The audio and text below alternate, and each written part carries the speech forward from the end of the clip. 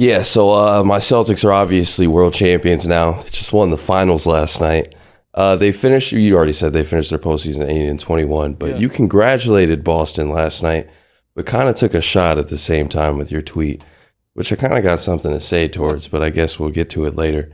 The words are tiny, but yeah. Oh, because I said, let me read the tweet. Congrats to the Celtics. They were the best team all year, and I didn't believe in them. I didn't think they had the guy. Turns out they didn't have to. Outstanding team that has 6 excellent players, guys who know their roles and are brilliant defensively, deserving champs. I don't think that's taking a shot. I think that is cogent analysis, but go ahead. All right, so do you think this is going to be the first team to roll through the finals and through the playoffs and still get crushed for it? Or do you think people will finally acknowledge this team as a historic one? Yeah, I think that was always a straw man. I don't think there are no champions. There is one champion in my lifetime that gets butted consistently. And I think it's because LeBron's attached to it. Other folks say no, it's because of the pandemic. But the Lakers championship gets a mental asterisk folks put on it. They call it the bubble championship. That's the only one. Wilds and Brew argued with me and yelled at me, said no. The other one is the Rockets 2 championships because Jordan wasn't in the league, but of course he was in the league for their second championship. But I don't think credible people are like, oh, Akeem has fake championships. There are no fake championships.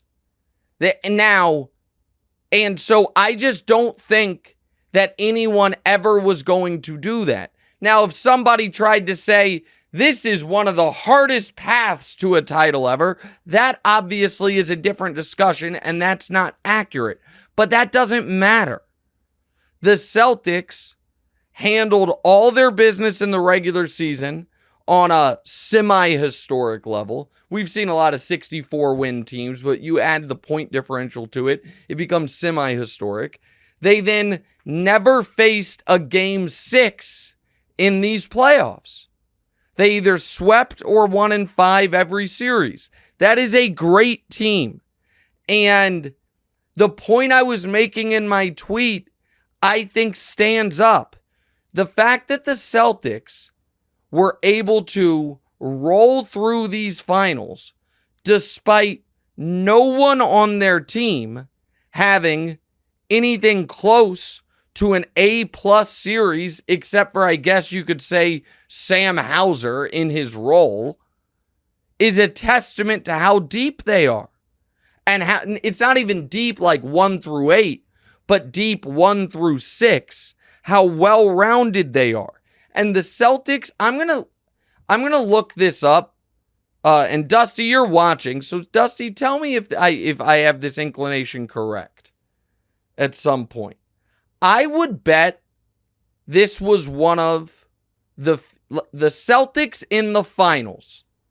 I bet the points they scored over these 5 games is maybe the fewest points they scored over any 5-game stretch all year. I bet that. And they won in dominating fashion. So why? Because this team was so dialed defensively.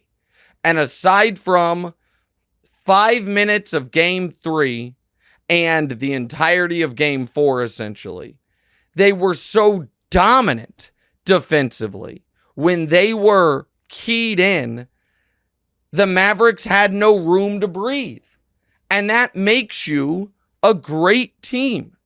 There are some legitimate similarities to the 04 Pistons, a team that also didn't have anyone in those finals go crazy. Nobody averaged 25, let alone 30 points per game. But it didn't matter because they were so well-rounded and they crushed you on the defensive end. And so, listen, Jason Tatum gave you 22, 7, and 7 on 39% and 26% from 3. And they blew the Mavs away. Jaylen Brown gave you 21, 5, and 5 on 44% and 23% from three. And they blew the Mavs away. Kristaps Porzingis gave you 6 healthy quarters, and they blew the Mavs away. That's a great team. It just is. And so I have no problem saying I missed it because I thought that if Tatum were to play at this level in the finals, which I thought was likely, the Mavs would win.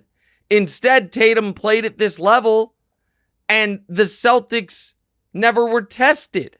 That is a testament to the quality of the roster.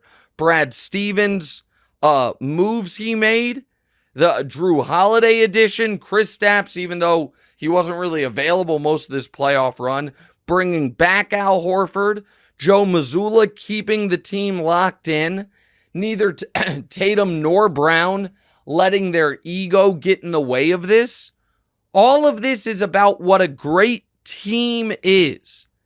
And so I can hold both of these ideas in my head. I believe this was a great team.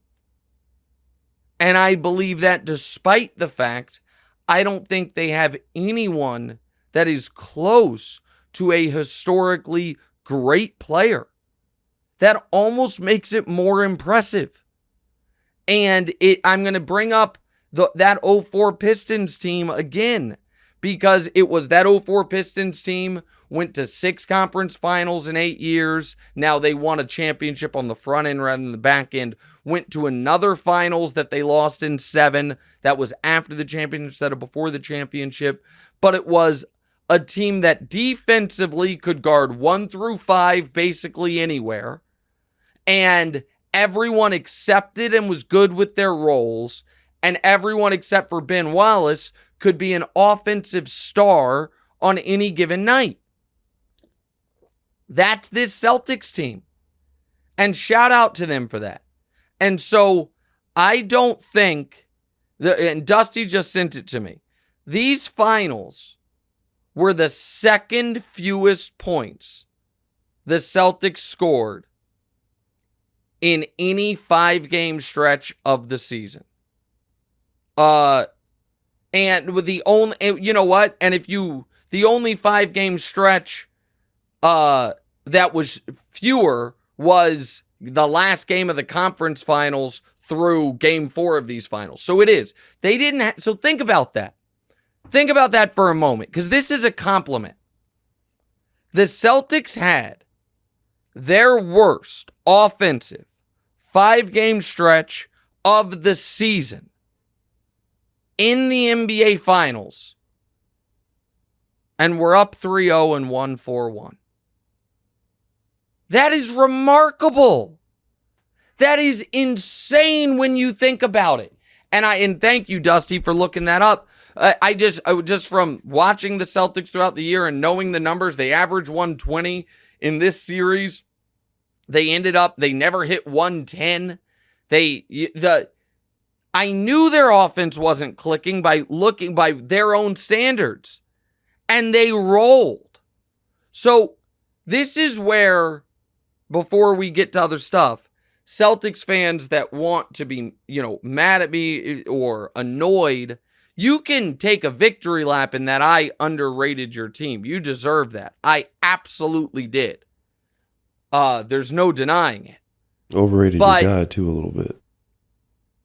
Well, we're going to get to Luka. I don't know if I overrated him, but we'll get to Luka's performance in a moment. But I want to stay on Boston for now.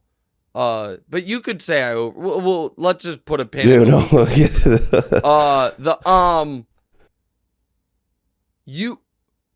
If you want this, if you were hoping this would be Jason Tatum's coronation, then you're a little disappointed. If you were hoping this would be the Celtics team coronation, and starting all the way back with Danny Ainge deciding, you know what, it's going to hurt, but I'm trading KG and Paul while they still have value because our window is closed. with something like this in mind. That was a decade ago when he made that move. And the smart trade for Derek White, the not, despite all the disappointments and despite all the trade rumors, never trading Jaylen Brown. Now, some of that is probably good fortune because he obviously was available at times and, the other teams wouldn't accept the deal. The Jaylen Brown and Jason Tatum sticking together and getting closer and figuring out each other's weaknesses more, properly evaluating your own team and having the courage to say, you know what, Marcus Smart, who got here a year before Jaylen Brown, who kind of had an outsized leadership role, you're out. We're trading you. Getting Kristaps. The moment Drew Holiday's available, seizing on him. Doing those things is how you build a champion. And they did it. And so there is no shade. There is no, but they won the title. Hey, thanks for watching. Hit the subscribe button to get more from the show and make sure to click the bell to get notified every time new content drops. Check out full episodes of What's Right wherever you get your podcasts, or just click the link in the description below.